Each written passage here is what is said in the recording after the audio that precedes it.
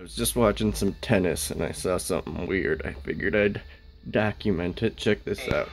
Life well planned. This plane is sitting in the sky, stationary, on a video.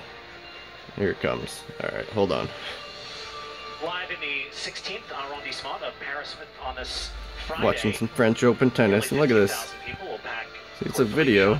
Flags are moving. Look at the weather, which is this plane is just sitting there. Nobody says anything. 73, little chance of rain later today. What is that? It's got a trail behind it, like a dark trail, but it's stationary in the sky. See the flags moving? This is a live video.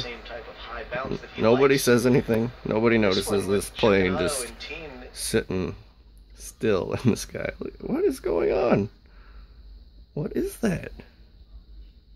On this Friday, nearly 15,000 people will pack. See the flags moving? Live video, but plane's not moving. The second week of the tournament, 73, little chance of rain later today. Just thought that was weird, man. Those temperatures may be slightly more relevant for the second match, where Nadal needs weird higher temperatures for his forehand to have the same just sitting there. high bounce that he likes. Alright, that's it.